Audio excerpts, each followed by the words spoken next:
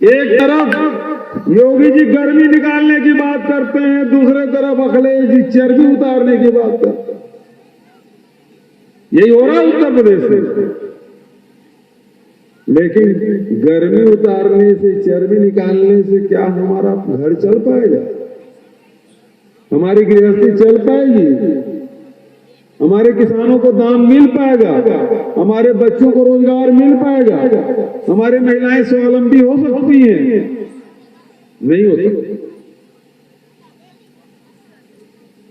एक तरफ गर्मी निकालने वाले हैं, चर्बी निकालने वाले हैं, और तीसरी तरफ कांग्रेस पार्टी है।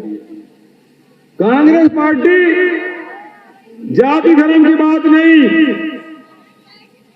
वो किसानों की बात, वो मजदूरों की बात, महिलाओं की बात, दलितों की बात, नौजवानों की बात,